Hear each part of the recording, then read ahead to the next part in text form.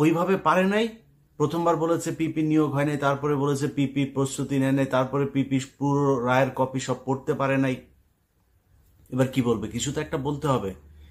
এখন ওই যে বকশীগঞ্জের আপনার যেই কি আলিয়া মাদ্রাসা যেইটা, ওইটার মধ্যে নাটক টাটক সাজায়া, আবার তার মধ্যে আবার স্টুডেন্টদেরকেও এখানে নাটকের অংশ বানিয়েছে। কেউ যায় ঘর পুড়ে দিচ্ছে, কেউ করছে।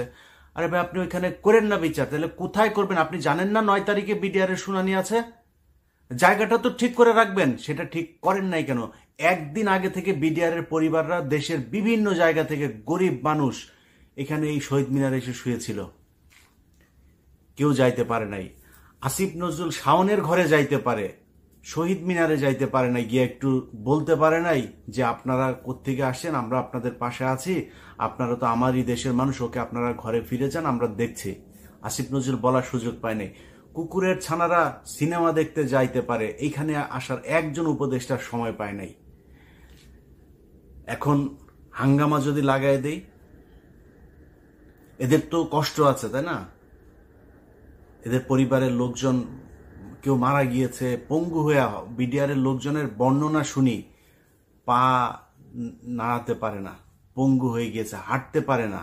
কন্ডেম সেলে যারা থাকে তাদের অবস্থা আরো ভয়ঙ্কর, তাইলে